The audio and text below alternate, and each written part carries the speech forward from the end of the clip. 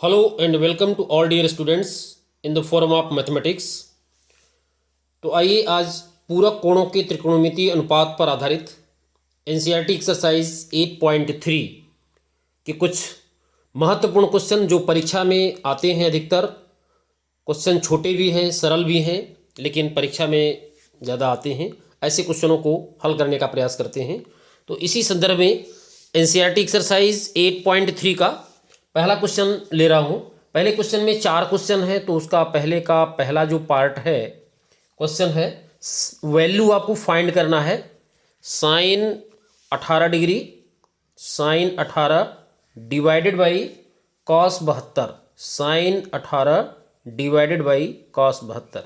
इसकी वैल्यू आपको फाइंड करना है। इसकी वैल्यू फाइंड करने के लिए या इस तरीके के क्वेश्चन जब आपको मिले तो सबसे पहले आपको ये देखना चाहिए कि जो दो एंगल दिए हुए हैं इन दोनों को जोड़ने पर क्या 90 आ रहा है कि नहीं आ रहा है। लेकिन यहाँ हम देख रहे हैं कि 8 2 10 और 7 1 8 1 9 90 हो जा रहा है। मतलब 18 डिग्री और 72 डिग्री ये दोनों एक दूसरे के पूरक हैं। इसका मतलब इसमें पूरक कोणों के त्रिकोणमितीय अनुपात का फार्मूला फिट होगा। इसके लिए हम करेंगे क्या, सबसे पहले इन दोनों कोणों में से चाहे 18 डिग्री को या 72 डिग्री दोनों में से किसी एक को हमें कन्वर्ट करना होगा, बदलना होगा, 90 के संदर्भ में लिखना होगा।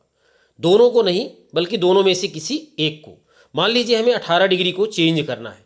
यदि 18 डिग्री को चेंज करना है तो 18 डिग्री को हम क्या लिख सकते हैं। अब ये देखिए 18 डिग्री को साइन 18 डिग्री के स्थान पर 90 माइनस 90 में क्या घटाएं कि 18 आ जाए तो 72। 90 में यदि हम 72 घटाएं तो हमें क्या मिल जाएगा 18 डिग्री। तो हम 18 डिग्री के स्थान पर 90 माइनस 72 लिख सकते हैं, अथवा 72 डिग्री के स्थान पर हम क्या लिख सकते हैं 90 माइनस 18 लिख सकते हैं। मतलब हमें 90 के संदर्भ में लिखना है, पहली बात। दूसरा, दोनों को कन्वर्ट नहीं करना है, दोनों को नहीं बदलना है, दोनों में से किसी एक को ही बदलना है। जैसे यहाँ पर हम ऊपर वाले यानी अंश में 18 डिग्री को चेंज कर रहे हैं, तो 18 डिग्री को चेंज करके हमने क्या लिख दिया 90 माइनस 72 डिवाइडेड बाय जो भी कुछ लिखा हुआ है उसे आप लिख लें, यानी cos 72 डिग्री। इस तरीके से आपने किसी एक को कन्वर्ट कर लिया। अब यहाँ पर फार्मूला अप्लाई कर सकते हैं। फार्मूला आपको पता है कि साइन 90 माइनस थीटा या साइन 90 माइनस ए है ना। फार्मूला क्या होता है आपका, ये देखिए साइन 90 माइनस ए बराबर क्या होता है कॉस ए। ये फार्मूला साइन 90 माइनस ए बराबर कॉस ए। इस फार्मूले के लिए हम यहाँ पर अप्लाई करें साइन 90 माइनस ए, तो यहाँ पर ये कन्वर्ट हो जाएगा क्या, साइन बदल जाएगा किसमें कॉस में, और ए के लिए क्या आया है 72 डिग्री, तो यहाँ पर ऊपर क्या हो जाएगा कॉस 72 डिग्री, कॉस 72, और नीचे कॉस 72 है उसे कॉपी कर लें कॉस 72। और इस तरीके से आप देख पा रहे हैं कि अंश और हर दोनों सेम हो गए हैं और इसलिए कैंसिल होकर के क्या बन जाएगा 1। तो इसकी वैल्यू कितनी आ गई 1 आ गई। साइन 18 cos 72 की वैल्यू क्या मिल रही है आपको 1। बहुत ही इजी वे में आपने एक फार्मूला लगा दिया साइन 90 माइनस ए बराबर cos ए। जिन छात्रों को ये फार्मूला नहीं पता है वे पिछला वीडियो, इसका वीडियो क्रमांक 5 जाकर के देख लें और वहाँ उनको मिल जाएगा। यहाँ इस वीडियो के डिस्क्रिप्शन में भी इसकी लिंक मिल जाएगी। तो इस तरीके से आपको यदि ये फार्मूला मालूम है तो निश्चित रूप से इस क्वेश्चन को हल करने में आपको समस्या नहीं है। और क्लियर करते हैं, क्वेश्चन सेकंड ले लेते हैं। सेकंड इसी का question second, tan 26 degree divided by क्या लिखा है cot 64। आप एनसीईआरटी की किताब देख लें, वहाँ पर आपको पहला क्वेश्चन का दूसरा मिल जाएगा tan 26 डिवाइडेड बाई cot 64। अब यहाँ भी आप देखें, सबसे पहला काम इन दोनों एंगल्स को ऐड कर लें, 6 4 10 की 0, 6 2 8 1 9 90 हो रहा है। तो यहाँ पर भी आपको चेंज करना है, किसी एक को चेंज करना है। मान लीजिए हम यहाँ पर नीचे वाले को चेंज करके आपको दिखा रहे हैं, ऊपर कोई परिवर्तन नहीं कर रहे हैं। tan 26 डिग्री और नीचे cot 64 डिग्री लिखा हुआ है, इसको आप चेंज कर दें। तो चेंज करने के लिए कैसे चेंज करेंगे 90 के संदर्भ में, तो cot के बाद आपको क्या लिखना है 90। अब 90 में क्या घटा दें कि 64 आ जाए। ज़्यादा सोचने की जरूरत नहीं है, चूँकि दोनों का योग 90 हो रहा है, इसका मतलब 90 में यदि हम 26 को घटा दें तो 64 मिल जाएगा। तो 90 माइनस 26 लिख दें, घटा के देख भी सकते हैं आप। तो इस तरीके से आपने ब्रेक कर दिया किसको, 64 को आपने ब्रेक किया। किसी एक को ब्रेक करना होता है। ऊपर वाले क्वेश्चन में हमने अंश को ब्रेक करके दिखाया था और इस क्वेश्चन में हम हर को ब्रेक करके दिखा रहे हैं।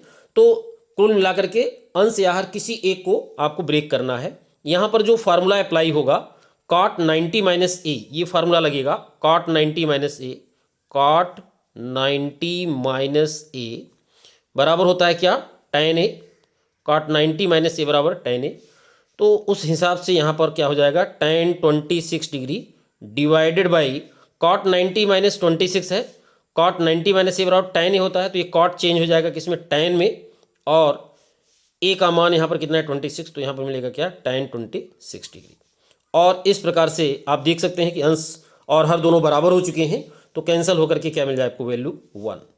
तो इस तरीके से दूसरा क्वेश्चन भी आपका ये सॉल्व हो गया। क्लियर, ठीक है। तो तीसरे क्वेश्चन की ओर चलते हैं। तीसरा क्वेश्चन में दिया हुआ है cos 48, कुछ इस प्रकार के दिया हुआ है cos 48 degree minus sin 42 degree. इसकी वैल्यू आपको फाइंड करनी है। cos 48 माइनस sin 42, यहाँ माइनस के रूप में दिया हुआ है, लेकिन ध्यान दें 48 और 42 इन दोनों को यदि आप जोड़ दें तो आपको 90 मिल रहा है। इसका मतलब है कि पैटर्न लगभग वही है, मिलता जुलता। मतलब इन दोनों में से किसी एक को आपको कन्वर्ट करना है। 48 को क्या लिखेंगे, 90 माइनस 42, अथवा यदि हम 42 को चेंज करना चाहें तो क्या लिखेंगे, 90 माइनस 48। दोनों में से किसी एक को चेंज करना है। तो आइए चेंज कर लेते हैं।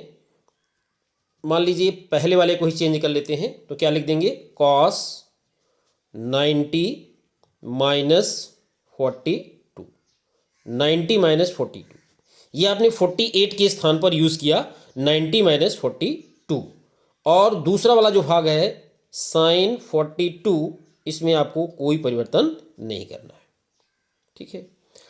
अब फार्मूले की बात सोचते हैं, तो फार्मूला कौन सा लग रहा है, cos 90 माइनस ए, ये फार्मूला लग रहा है। फार्मूला यहाँ पर मैं लिख दे रहा हूँ, cos 90 माइनस ए, ये बराबर होता है sin ए। cos 90 माइनस ए बराबर sin ए होता है। तो यहाँ पर आप देख सकते हैं cos 90 माइनस ए, यहाँ पर फार्मूला cos 90 माइनस ए sin ए होता है। तो ये cos बदल जाएगा किसमें, sin में, और ए के रूप में यहाँ पर कितना है 42, सॉरी हाँ 42, तो ये हो गया 42। तो cos 90 minus 42 is equal to कितना हो गया, sin 42 इस फार्मूले से। और डिवाइड माइनस sin 42 आगे दिया ही हुआ है, इसमें आपको कोई परिवर्तन नहीं करना है। और इस तरीके से sin 42 डिग्री और sin 42 डिग्री प्लस माइनस होने के कारण कैंसिल हो जाएगा, और कैंसिल होकर के वैल्यू क्या दे देगा, 0। तो ये इसका आंसर हो गया।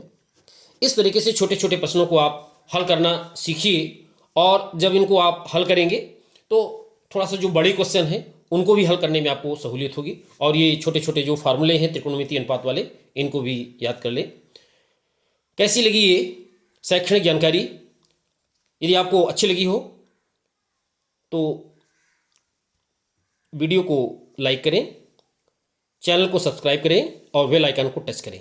मिलते हैं फिर अगले वीडियो में इसी प्रकार के छोटे छोटे सवालों के साथ। तब तक के लिए धन्यवाद।